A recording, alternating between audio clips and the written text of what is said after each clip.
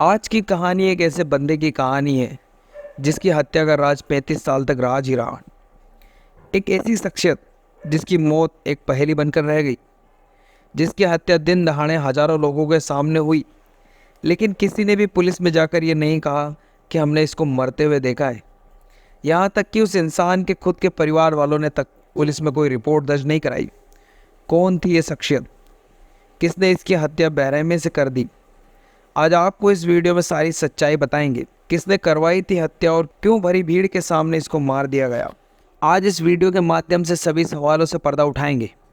आइए जानते हैं। इस वीडियो में आगे बढ़ने से पहले हमारे चैनल को सब्सक्राइब कर दीजिए और बेल आइकन दबा दीजिए।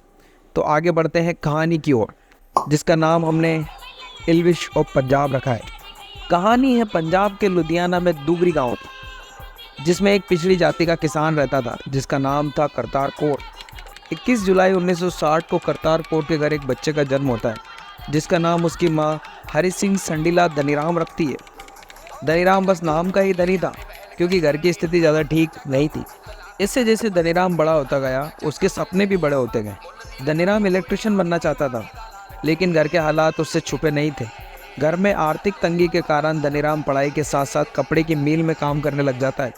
सुबह स्कूल जाता है और स्कूल से आकर सीधा कपड़े की मिल में काम करने चला जाता है। ऐसे दिन बीत गए। धनीराम को म्यूज़िक का बड़ा शौक था। इसी शौक के चलते उसने हारमोनियम और ढोलकी भी सीख ली और लिखना भी सीख लिया, लेकिन स्टेज तक आते आते उसके हाथ में बस तुंगी रह गई।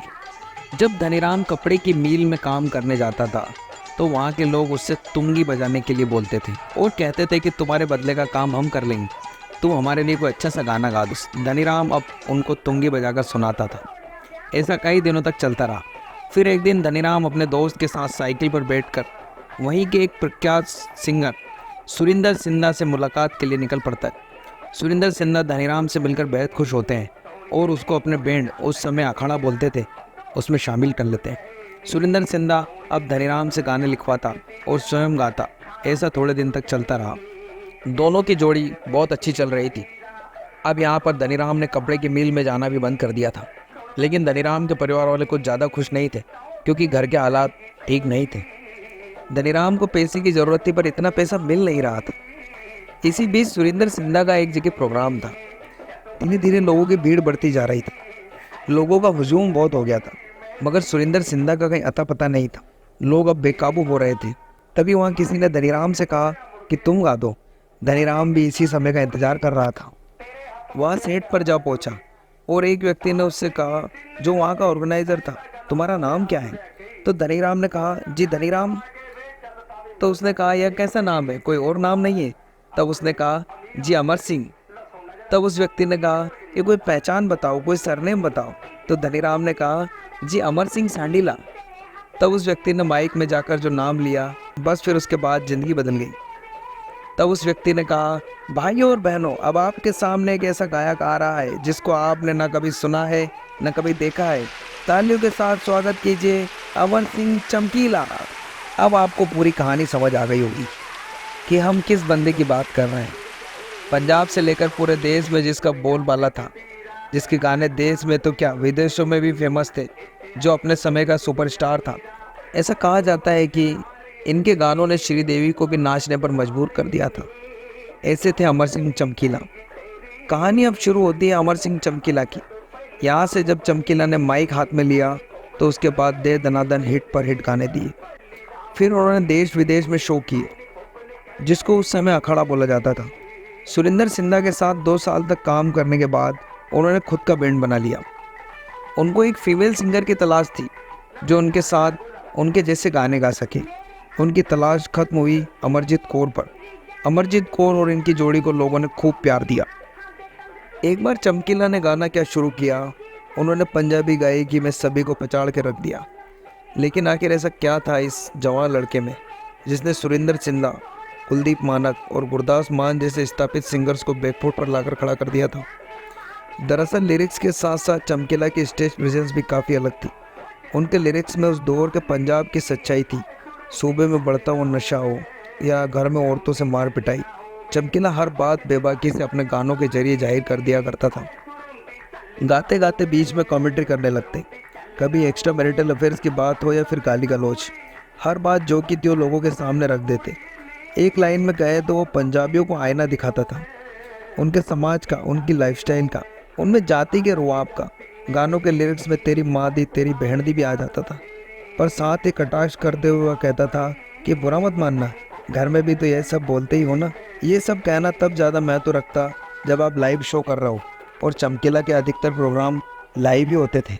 5-6 फुट की स्टेज सजती थी, चमकीला गाते और सामने बैठे लोग कभी हंसते, कभी नाचते, तो कभी हो हल्ला मचाते, और कोई टाइट शराबी होता तो वह उनसे लड़ भी जाता था। ये सब चीज़ें हिस्सा थी चमकीला के अखाड़े की, और उन्हीं अखाड़ों के चलते चमकीला 4-5 साल में ही हर पंजाबी के मुंह पर चढ़ गया था। बात चमकीला की हो और अमरजीत कौर का जिक्र ना हो, संभव ही नहीं है। अमरजोत जो हर स्टेज परफॉर्मेंस में चमकीला के साथ नजर आती थी, उतनी ही एनर्जेटिक और जोशीली, पतली और तीखी आवाज़ वाली अमरजोत का चमकीला से वास्ता सन 1980 में पड़ा। तब तक चमकीला कुछ एक गाने गा चुके थे, लेकिन चमकीला को ज़रूरत थी स्टेज पार्टनर की। सोनिया और मिस उषा नाम की गायिका के साथ पहले ही काम कर चुके थे, लेकिन खोज अभी भी जारी थी। एक ऐसी गायिका जो चमकीला के तेवरों को मैच कर सके। खोज रुकी अमरजीत कौर पर जाकर। शादीशुदा थी, लेकिन सिंगिंग के पैशन के चलते पति को तलाक दे दिया और जुड़ गई चमकीला के साथ। कुछ महीने स्टेज पर साथ बिताने के बाद ज़िंदगी भी साथ बिताने का फैसला कर लिया। चमकीला ने भी कुछ समय बाद अपनी पत्नी को तलाक दे दिया। अमरजोत इससे पहले कुलदीप मानक के साथ भी गा चुकी थी, लेकिन असल पहचान चमकीला के साथ ही मिली। चमकीला के बारे में एक बात काफ़ी कही जाती है कि उसका कोई दिन खाली नहीं जाता था, रोज़ कहीं ना कहीं शो जरूर होता था। एक फिल्म के रिसर्च के दौरान भी इस बात की पुष्टि हुई है।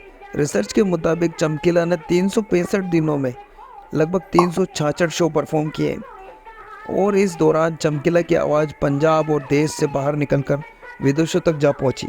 कनाडा, अमेरिका और दुबई जैसे कई देशों में भी चमकीला की ललकार गूंजी।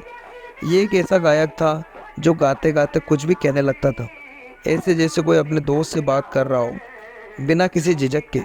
आवारा लड़के की बात करता करता बीच में गुरुवाणी का जिक्र कर जाता, और 80 के दशक में भी यह 4000 से 4500 रुपये प्रति शो लिया करता था।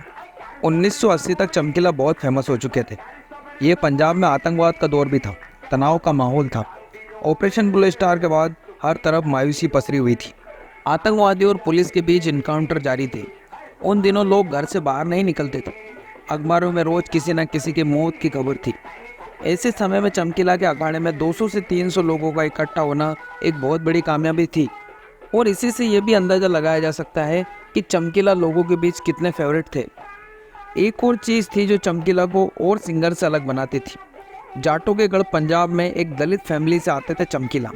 चमकीला एक पिछड़ी जाति से थे, लेकिन फिर भी लोगों ने उनको उनकी कला के लिए बहुत मान बख्शा, और इसी मान के चलते चमकीला अपने साथ के जट सिंगर से काफ़ी आगे निकल गए। हालांकि वो अपने गानों में जाटों का खूब जिक्र करते थे। उनके गाने पंजाबी फोक सिंगिंग को एक ऐसी पहचान देकर गए कि आज भी लोग उन्हें उतने ही चाव से सुनते हैं, और शायद चमकीला ही आज के दौर में गिन्नी माही जैसे दलित सिंगर्स को फ़ख्र से अपनी पहचान खुलकर जाहिर करने के लिए प्रोत्साहित करते हैं। चमकीला ने कुल मिलाकर केवल 9 साल गाने गाए, और इन 9 सालों में अपनी गायकी की वजह से जहां उन्होंने कईयों का दिल जीता, वहीं समाज की सच्चाई बयां करते उनके गानों के बोल कईयों के दिमाग में खटकने लगे। फिर आया मंगलवार का दिन। तारीख थी 8 मार्च 1988 की। जगह महाशामपुर, जलंधर से करीब 40 किलोमीटर दूर। चमकीला अपनी पत्नी और स्टेज पार्टनर अमरजोत कौर के साथ यहाँ परफॉर्म करने आए थे। गाड़ी से परफॉर्मेंस वाली जगह तक वो जा रहे थे। इसी बीच कुछ युवक मोटरसाइकिल पर आए और आंधाधुंध गोलियां चलाई। कुछ पलों में ही युवक फरार हो गए। पीछे छोड़ गए चमकीला और अमरजोत कौर के मृत शरीर। दोनों के सीने छलनी थे।